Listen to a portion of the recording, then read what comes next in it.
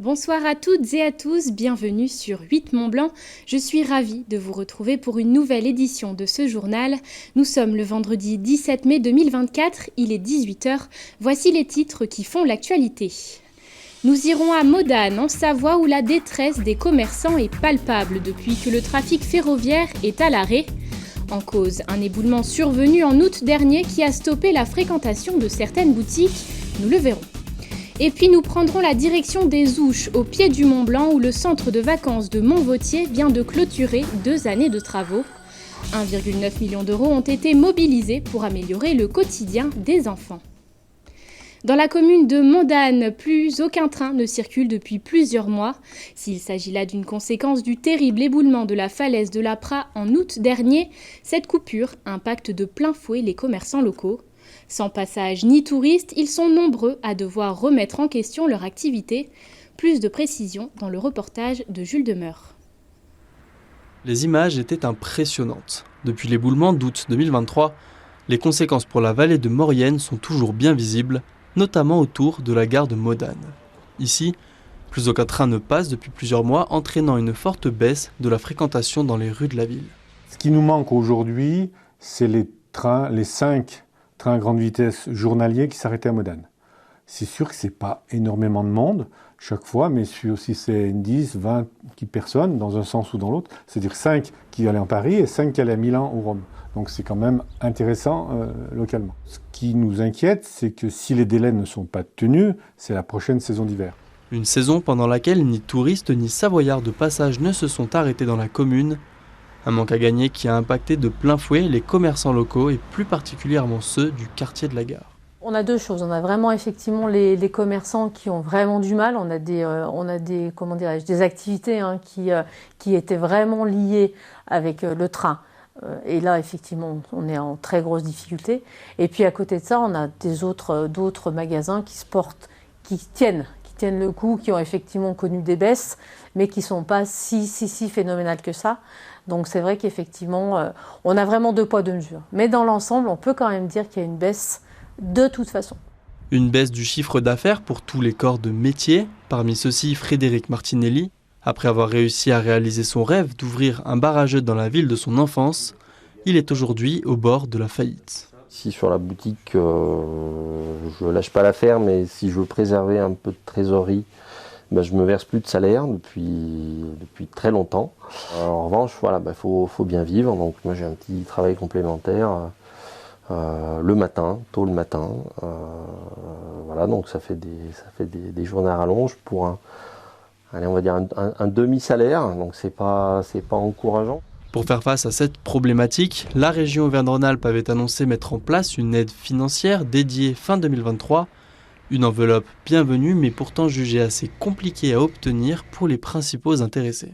Le président de la région est venu à Modane, si je me rappelle bien, au mois de décembre, pour annoncer une série d'aides qui était de l'ordre du million d'euros. C'est pas promis, c'est proposé. Il se trouve que les conditions d'obtention de ces aides, elles étaient un petit peu hautes peut-être. C'est-à-dire que les critères nécessaires pour avoir une aide de la région étaient un peu forts. Résultat, aujourd'hui, on sait que peu de monde va en profiter. Si la réouverture de la gare de Modane est toujours prévue pour le 6 juillet prochain, seuls les trains en provenance d'Italie seront dans un premier temps acceptés. En ce qui concerne la réouverture complète du tracé ferroviaire, habitants et voyageurs devront encore patienter jusqu'à la fin de l'année 2024. Le centre de vacances de Montvautier aux Ouches s'est offert une nouvelle jeunesse. Chaque année, cet établissement haut-savoyard accueille des dizaines de classes vertes et de colonies et il vient tout juste de terminer une phase de travaux. Si rénovation thermique et éco-responsabilité étaient les maîtres mots de ce chantier, cette réhabilitation a mobilisé de nombreux acteurs du territoire, tous réunis pour préserver un outil essentiel de nos montagnes. Les explications avec ce reportage de Fanny Savard. C'est à 950 mètres d'altitude, au pied du Mont Blanc, que se situe le chalet de Montvautier. Ce centre de vacances, construit à la fin des années 50, vient de clôturer 2 ans de travaux. Une rénovation importante, orientée notamment sur l'amélioration énergétique, mais aussi la création d'espaces ludiques, comme un jardin éducatif, un compost ou encore une cuisine pédagogique. On a 3 axes, on va dire, sur notre projet pédagogique, à savoir le vivre ensemble, le développement de l'autonomie de l'enfant, mais l'éducation à l'environnement. Ce sont vraiment les 3 axes principaux de nos valeurs qu'on défend ici sur les colonies de vacances, mais également sur les classes découvertes. Et ce sont du coup 3 valeurs qui sont demandées aux animateurs d'être transmises, que ce soit par des jeux, par des activités ou juste par des discours. L'établissement affiche complet quasiment toute l'année grâce aux classes de neige ou aux colonies qui s'étendent de janvier à août. Un succès qui fait du centre un véritable acteur de l'économie locale. Il est important, comme tous les centres de Haute-Savoie, puisque dans un cadre souvent de diminution un peu des séjours de vacances, de diversification aussi, les gens sont souvent en recherche de séjours de proximité. Et c'est un centre qui est apprécié pour cette raison. Des familles peuvent conduire les enfants ici, voire les installent. C'est un univers aussi de pleine nature qui est apprécié actuellement. Parmi les financeurs des travaux figure l'Europe dans le cadre du projet Alcotra Respiration Jeunesse. Ce programme transfrontalier réunira 1400 collégiens des pays de Savoie et de la région autonome Vallée d'Aoste qui se rencontreront dans des centres de vacances pour des séjours d'immersion. On pense que le fait d'avoir des Français de la Savoie ou de la Haute-Savoie qui se déplacent, viennent chez nous, et nous, qu'on a la possibilité de venir justement en France chez vous, est enrichissant parce que après, on donne la possibilité aussi aux familles de nos élèves, donc à promouvoir aussi un tourisme entre les 2 pays. Faire découvrir aux jeunes, français ou italiens, le territoire qui les entoure, c'est finalement le cœur de ce projet dont le coût total s'élève à près de 2 millions d'euros. Et comme chaque vendredi, Fanny Savard me rejoint sur le plateau pour nous proposer ses idées sorties du week-end. Bonjour Fanny. Bonjour Kézia. Tu as épluché pour nous l'agenda culturel et on commence donc avec un événement européen. Oui, samedi, c'est la nuit des musées. Les établissements ouvrent leurs portes le temps d'une soirée pour une visite décalée. Par exemple, la galerie Eureka à Chambéry, qui est un centre de culture scientifique, propose comme chaque année un jeu de piste géant. L'objectif, faire découvrir ou redécouvrir l'exposition temporaire qui porte cette année sur les reptiles et les amphibiens. À vous donc de percer différentes énigmes pour résoudre l'enquête.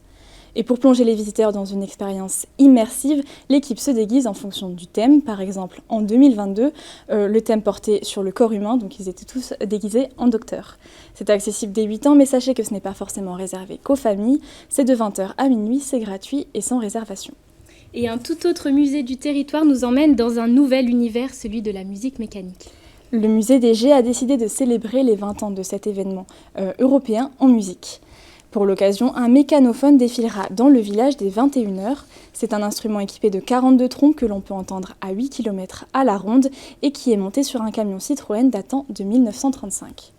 Ensuite, vous pourrez profiter d'une visite inédite dans le musée pour découvrir toute la puissance sonore de ces instruments qui se mettront tous à jouer les uns après les autres avant de jouer tous ensemble. À 23h45, un feu d'artifice clôturera cette belle soirée avant un pot de l'amitié. On continue en musique avec le Festi-Léman à Évian. Oui, direction les bords du Léman à présent avec la 5e édition de cette grande manifestation. C'est un événement musical qui réunit plus de 150 artistes sur 3 jours, mais c'est également un lieu d'échange avec 7 villages dispersés sur 5 hectares, comme nous l'explique Josiane Lé, maire d'Évian. Ce Festi-Léman devient une véritable marque d'événements à Évian depuis 5 ans autour du développement durable. Donc 150 stands sur toute la ville, autour du lac, autour de l'environnement, autour du bien manger, autour de l'humain, et avec des concerts dans toute la ville, gratuits. Tout le festival est gratuit, y compris les concerts le soir. C'est un moment de joie et de gaieté.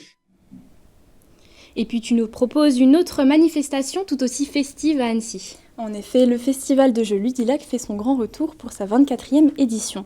Une déclinaison de jeux, qu'ils soient de société, en bois, d'extérieur ou vidéo, il y en aura pour tous les goûts.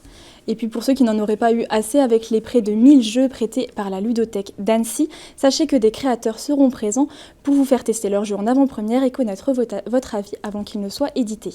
C'est un événement gratuit pour tous les âges. Ça se déroule de 10h à 19h samedi et dimanche. L'adresse 9 rue de la Solidarité à Annecy. Merci Fanny, on te retrouve vendredi prochain à la même heure pour de nouvelles idées de sortie. Quant à nous, c'est désormais la fin de ce journal. Merci de votre intérêt pour l'actualité sur notre chaîne et merci à toute l'équipe pour son travail. Le retour de l'information, c'est ce mardi avec Sébastien Germain. Place désormais au bulletin météo avec Thierry Paulme. Belle soirée et excellent week-end à tous sur 8 Mont Blanc. À bientôt.